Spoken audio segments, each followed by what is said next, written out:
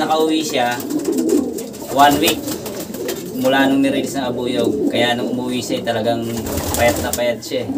Sa CHPO pa lang, pumesto na kami 3rd overall. Tapos, lumipat kami sa ibang club. Halos lahat po yata ng club na sinalihan ko, pumesto naman po ako sa siniswerte naman.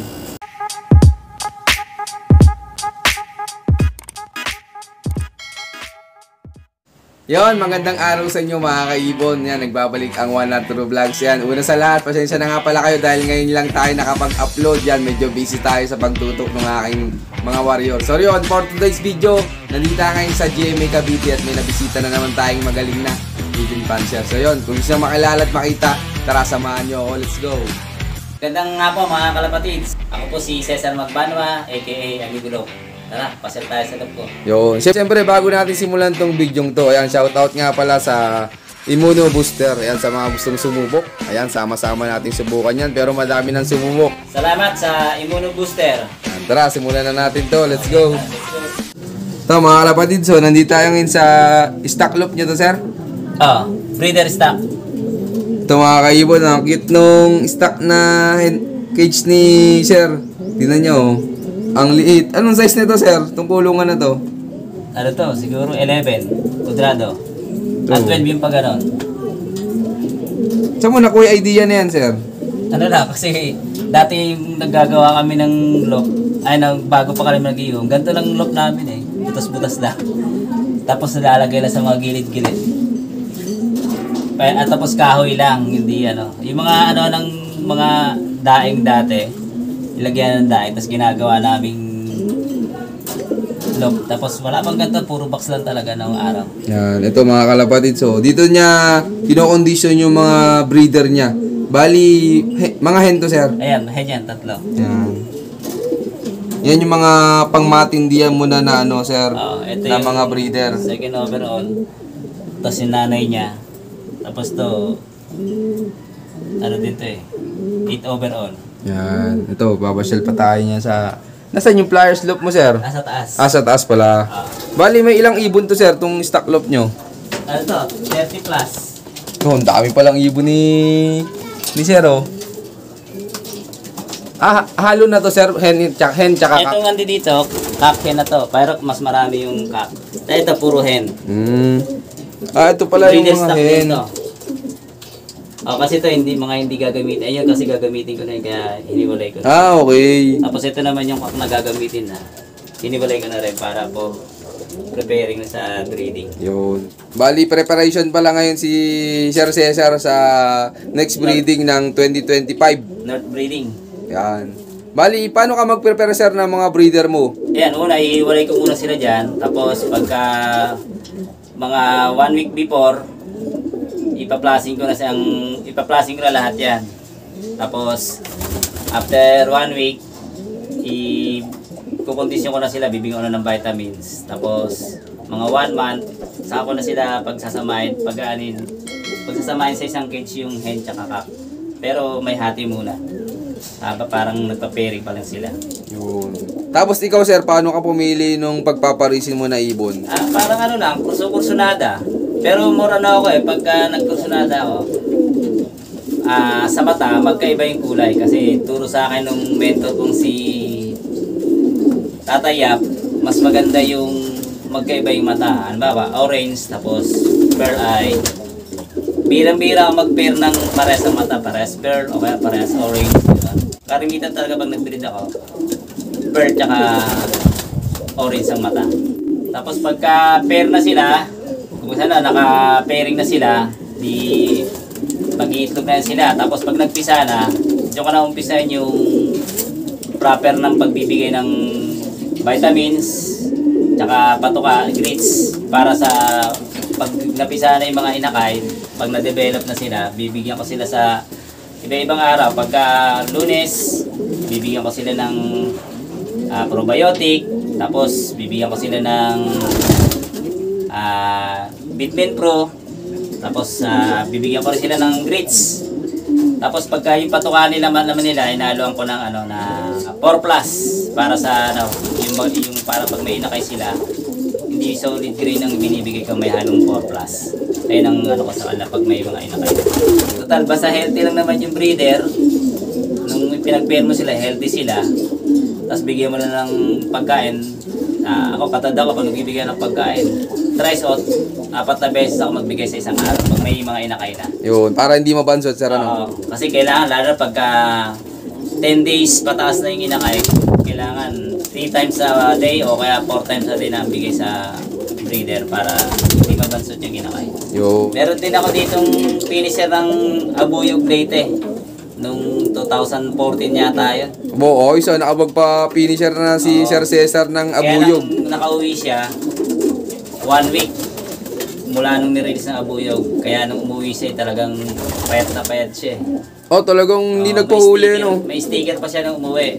Buo. Pero talagang yung katawan halos bagsak na bagsak na. Oh, talagang pinilit lang umuwi, sir, ano? Oo. Maganda yung homing niya pero kumbaga sa mabagal siya umuwi. Pero yung homing instinct niya, maano yung homing instinct niya. Yun. Sir, pwedeng pakikuha mo po. Ito po. Ito po siya, mga kalapatids. Iko po ito ni Kuya Kit, Joseph Yap. Pasuksok ko po sa kanya. Tapos, nilipad ko. Ayan, finish po siya ng Abuyog 1 week bago nakauwi. Anong bloodline na to, sir? Kung hindi Meldiwert, yung Minucci yata, hindi ko na matandaan eh, kasi tagal na eh. Pero ano yan, sir? Pumasok pa sa overall? Hindi, kasi ano siya, mabagal siya umuwi eh. Parang sa 6 na clock, sa 7 na karera, 4 na yung clock niya.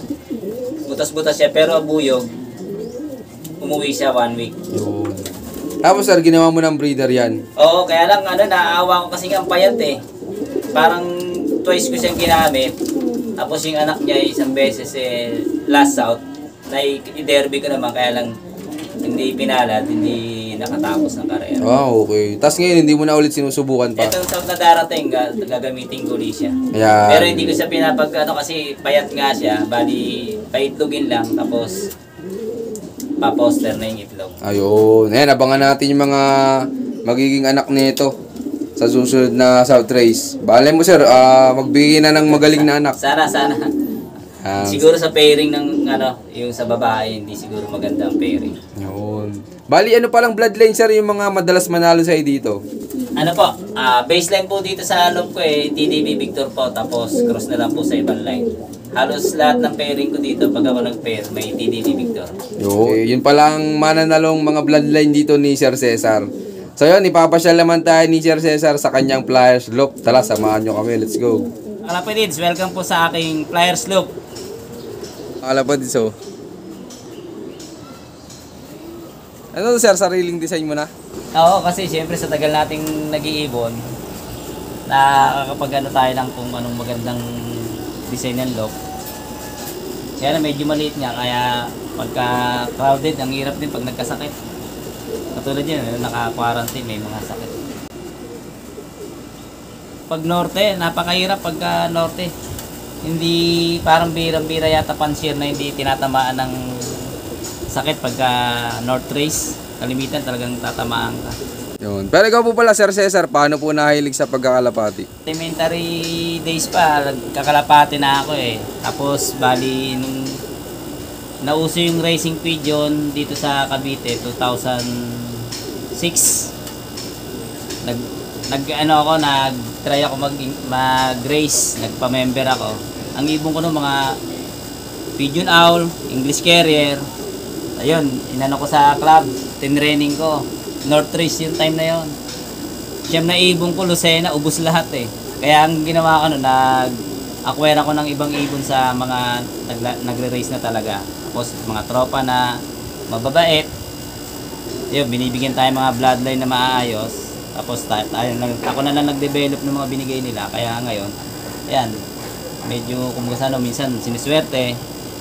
Nakakapwesto naman sa top 10. Tapos, sir, anong taon ka una nakatikim ng panalo? Sa CHPO pa lang, pumesto na kami 3rd overall. Tapos, lumipat kami sa ibang club. Halos lahat po yata ng club na sinalihan ko, pumesto naman po ako sa siniswerte naman.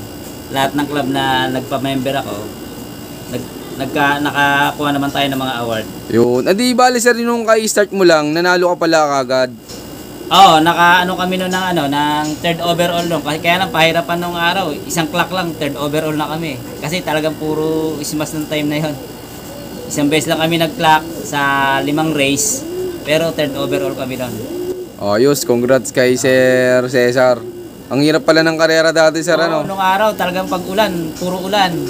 Buti nga ngayon, pagka ulan, hindi tinutuloy pakawalan yung ibon. Nung araw, kahit masama pa noon, pinapakaulan. Anong gamit nyo ng clocking nun, Sir? Ano pa, rubber band. Yung rubber pa yun isusuksok sa ring. Tapos lilista din sa ang ITEL pa ang clocking nun. Sinuunang clocking ITEL tapos rubber band ang nilalagay sa ring, hindi sticker. Ayun ang unang paggamit sa clocking. Yun, maraming salamat po, Sir Cesar. Yun, shoutout sa inyo lahat. Yan, bago matapos tong video to, syempre, una sa lahat gusto magpasalamat sa patuloy na suporta. At syempre, pasensya na nga pala kayo mga kalapatids dahil ngayon lang tayo ulit nakapag-upload. Yan, asahan nyo na masisipagan pa natin ngayon na makapag-upload. Yan, gagawa natin ng paraan para makapag-lock visit. Yan, good luck nga pala sa mga karera natin ngayon dahil derby na.